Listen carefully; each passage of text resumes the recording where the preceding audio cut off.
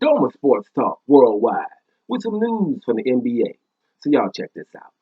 Well, we've been seeing lately when we got a chance to look at sport or sport programs, they haven't been having a top 10 list of the basketball players right now. And, when I look at the list, there's just something that's kind of blasphemous to me. And, the list of those are great basketball players, the top 10 guys they have in the list.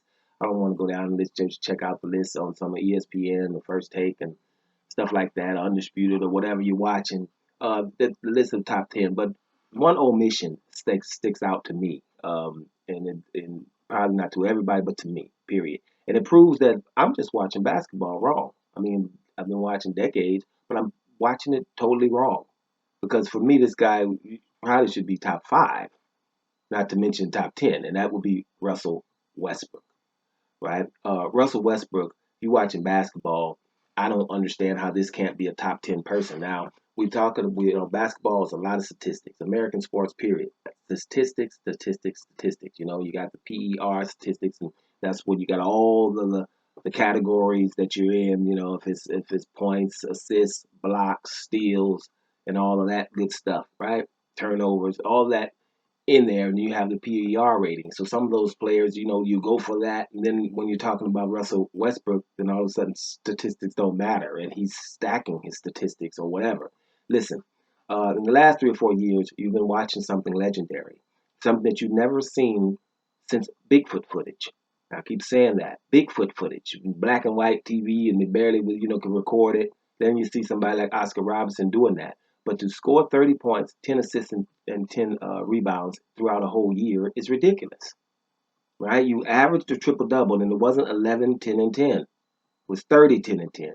You led the league in scoring. You've led the league in assists. You've averaged a triple double 3 years running, right? You're not going to average one when you go to another team in Houston, but you're still putting up about 26, 7, and 7 with volume shooter James Harden in a whole different um, system. Matter of fact, they got rid of your boy in the middle so they can do some other stuff. And Westbrook is scoring in the paint, right? And that's another thing. Being able to do it in a system right now, and when looking at the total NBA, it's about shooting. Can you shoot threes? That was on purpose too. Don't get me started with that. That was on purpose a few years back. We need more Europeans in the NBA. Is we're gonna start shooting. So now the whole NBA is shooting 3-point shots. Like that's what they should be doing because it's a shot you can shoot and no one can contest it. They can just come there and put their hand in your face. That's all they can really do. Anything else, you can't contest a three. 3-point shots very rarely get blocked because you can rarely test them contest them. Now they get blocked when the shot clock is running down. 3, 2, 1, and he's going to shoot it, and you go block the shot. That doesn't really count. We're talking about then all of a sudden they got a step back three. Oh, we can step back three. Well, what do you do as a defender? You're gonna go out there and try to block it. Yeah, well he has to land. If he lands on your foot, it's a foul. So the only way I'll respect that, because anybody who's played basketball knows that's not hard anymore. And it's not really that hard to do. Just shoot threes. Why wouldn't I shoot threes all day? That's all I would really do. High pick and roll, somebody be open, throw it to the corner, somebody's there, throw the double pass, and somebody's open, shoot a three. Really, that's it. That's what the NBA is. Only. And it's all it should be because you're getting rewarded. You can flail your arms and go to the free throw line and get 3 shots. When the NBA finally decides to say, you know what, on a 3-point shot, you can't get fouled. Okay? Or, what I mean by that is you won't go to the foul line. We are not sending people. Why are we scoring 120 to 140? What kind of game is that? Yeah, I liked them when they were 80 to 85. That was okay. I had no problem with that. Right? They just tell you what you're supposed to like. Now, 80 to 85 was good. Why are we sending people to the free throw line to get 3 shots for nothing that happened? Somebody barely was over there. So what you do is you give them the ball out of bounds. No more 3 free throws for nothing. It's just slowing the game down. And matter of fact, you're just sending people to the free throw line, free throw line for nothing. So that's what my issue is. That's too easy. These guys are in the gym 6 times a week. I expect everybody to be able to shoot some threes when they're not contested or barely contested with a guy that just can put his hand in your face. Well, in this climate that we have in the NBA, you have a guy who's going to the hole in 6'3", going to the hole, shooting, not many threes. That's pretty awesome too. To just ignore what it is. I'm going to the hole, and we keep saying he can't shoot. Who can't? So what? There's a lot of stars that weren't great shooters. Now all of a sudden, now when you can't shoot, it's the end of the world. So all of a sudden, he's not there. And then the other thing about Russell Westbrook, they say, well, he's not winning. He's winning enough. He's winning enough to be in the top 10. I averaged a triple double, which is something that ain't nobody. Listen, the most valuable player too, but the most versatile player in the NBA, you would have to go with LeBron James. That's what he's been since he's been in there. He's about 50 or 60 triple doubles behind Russell Westbrook, and has played 4 or 5 seasons more. Right? That's telling you what this guy is doing. Now, people, the other one you think you hear about Russell Westbrook. Hey, well, he's stacking his stats. People are getting out the way for him to get the rebound. His coach is not telling the bigs to get out of his way just so he can get the rebound. That's not what's happening. What's happening is, and I'm saying it again, what's happening is I'm running at full speed and you're not. So get the hell out of the way. I'm getting the ball and we moving the ball up court. Go fill a lane. That's why. I guarantee if Russell Westbrook would walk the ball up all the time, then he wouldn't get those rebounds. But they know the centers, if he's close, let him get it. Let me get in the lane because he's rolling. Okay? That's a tribute to his fitness and his tenacity. That's what that is. So because we have this, and it's an anomaly in the NBA, before we start glorifying it, we got to make sure he ain't in there.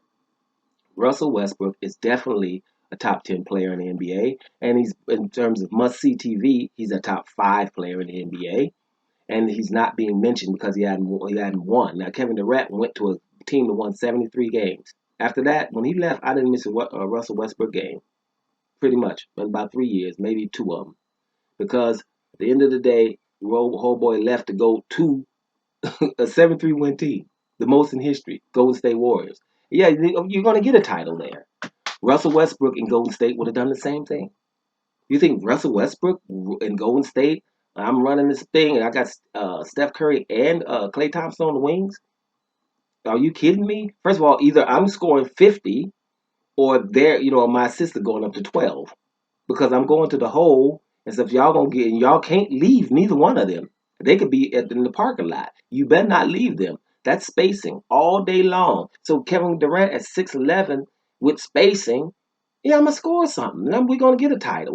We still got Draymond Green who concentrates on defense and passes to these guys, right? Who looks really awesome. I like me some Draymond Green, but when those guys weren't there, was Draymond Green able to do what he was doing?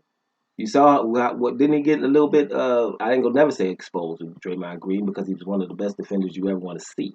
But in terms of all these triple doubles and things, they went down because you wasn't passing the shooters of that level anymore, right? So my point is, anybody could have went to Golden State and got a title. Russell Westbrook is definitely, I can go on all day, and I'm just not, right? Because I don't want it to turn into a rant. But if you've been watching basketball as long as I have, and if you've been watching basketball not as long as I have, trust me, a triple double is still important. When people get close to a triple double, the whole team helps, right? Help them get a triple double.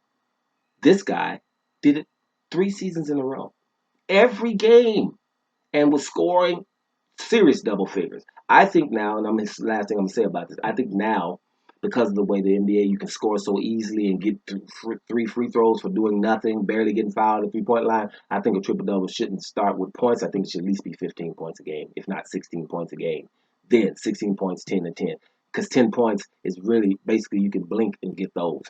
You can just stand at the 3-point line and shoot all night and get those, and then just hope somebody comes and somebody gets near. You can get fouled, right, and get those because that you can do anything at 3-point line. You can step to the left, step to the right, put your foot out almost, and most of the time they're going to call the defender. It's really too easy to score from there right now. They need to get that together. It shouldn't be that easy to score 3-point shots. It should be no more ever no 3-point free throws given to anybody. If you're going to shoot a 3-point shot, this is what we're going to consider to be worthy of 3 points, then it should be a little bit harder. It's like, okay, if you take the risk of shooting there, you ain't getting no fouls.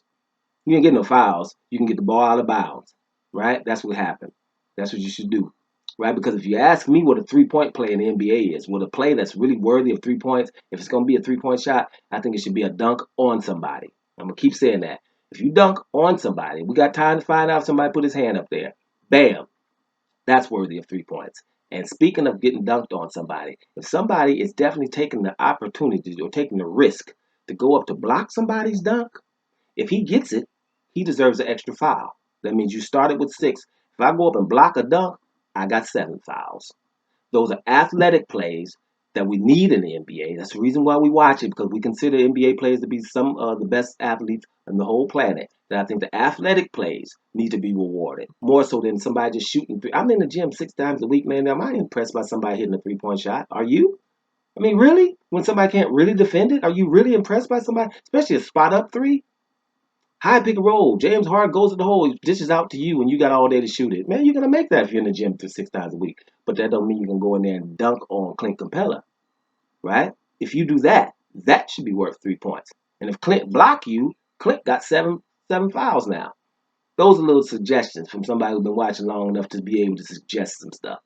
So back to the point, Russell Westbrook is a top 10 player in the NBA. If he's not, I've been watching the game wrong as hell. Doma Sports Talk worldwide, and I'm up out of here, y'all.